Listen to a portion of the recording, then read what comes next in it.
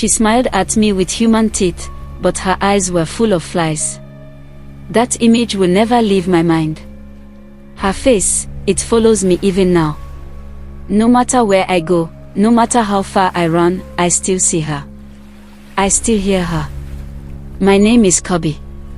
I was 19 when this happened. I lived in Adafoa, Ghana. It's a quiet town. Beautiful. People come here to relax, to take pictures, to eat good food by the water. But they don't know what really sleeps beneath that ocean. I didn't believe in spirits or curses.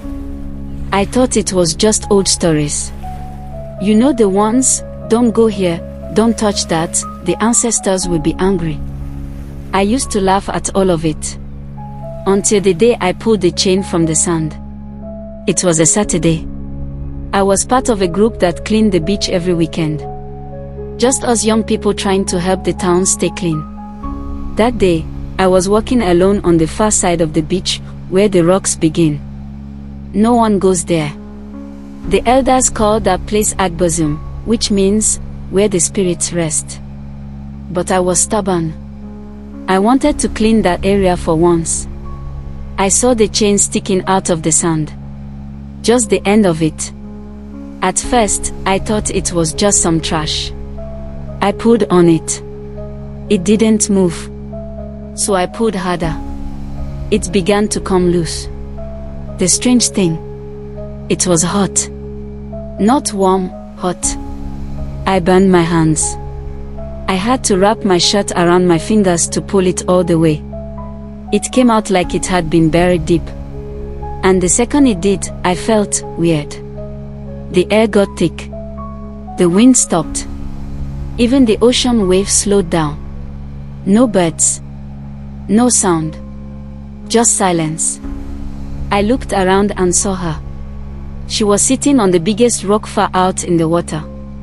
I thought it was a woman. Long black hair. Light brown skin. She wore beads, the kind grandmothers wear at festivals. No clothes, just beads and hair covering her. At first, I thought it was a tourist or maybe a mad woman. But then she stood up. She turned her head slowly.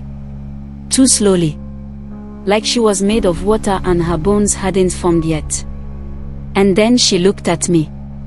That's when I saw the flies. They weren't buzzing around her. They were in her eyes. Her eyeballs were full of moving black flies. Crawling. Alive. Pressed under the surface of her eyes like they were trapped. She smiled. Perfect white teeth. Too perfect. Like someone had taken a human smile and forced it onto a face that didn't belong. She pointed at me. And my nose started to bleed. I don't remember how I got home. All I know is, I woke up in bed. My auntie was standing over me, praying. She said I came home barefoot, covered in sand, talking to myself in a strange voice. A voice that didn't sound like me. I told her what I saw. She slapped me hard across the face.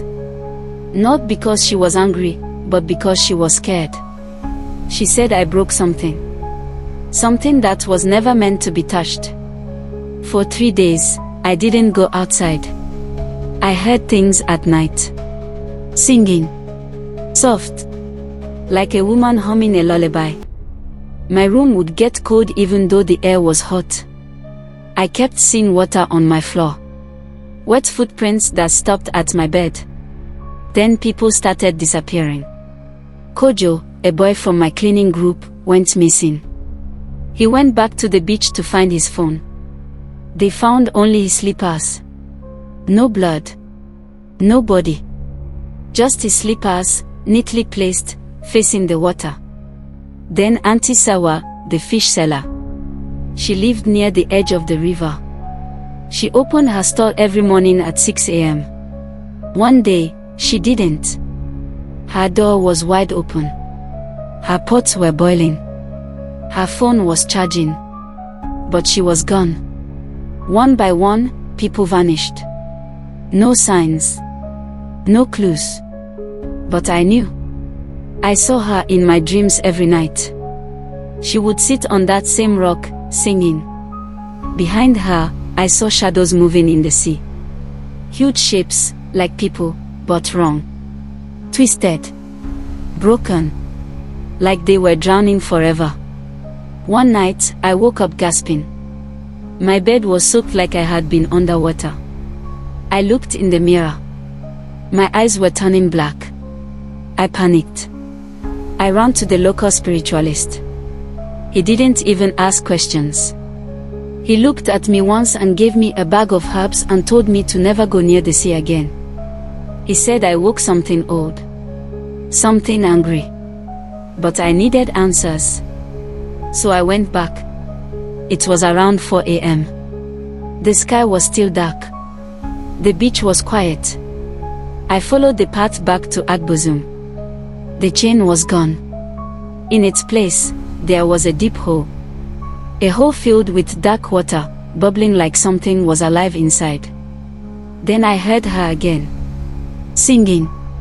I looked up. There she was. But this time, she wasn't alone. There were others behind her. Dozens. Maybe more. All standing in the water. Men, women, children. All of them pale. All of them dead. Their eyes were gone. Their mouths were open.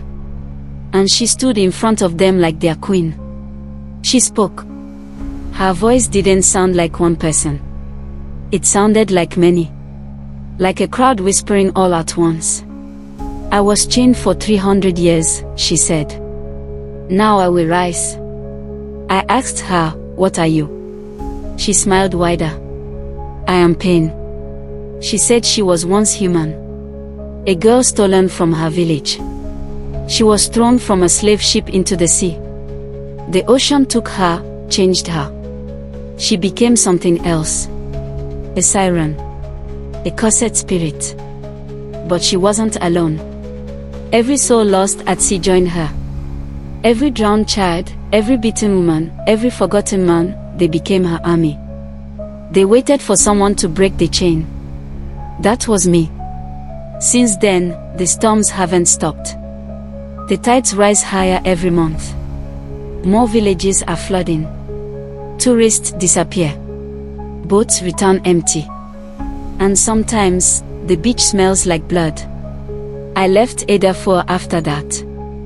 But she follows me. Some nights, I still wake up wet. Still hear her song.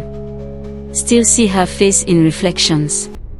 If you ever visit Ghana, and you find yourself near the sea, don't pick up anything. Don't follow the singing. And if a woman with human teeth and fly-filled eyes smiles at you, run.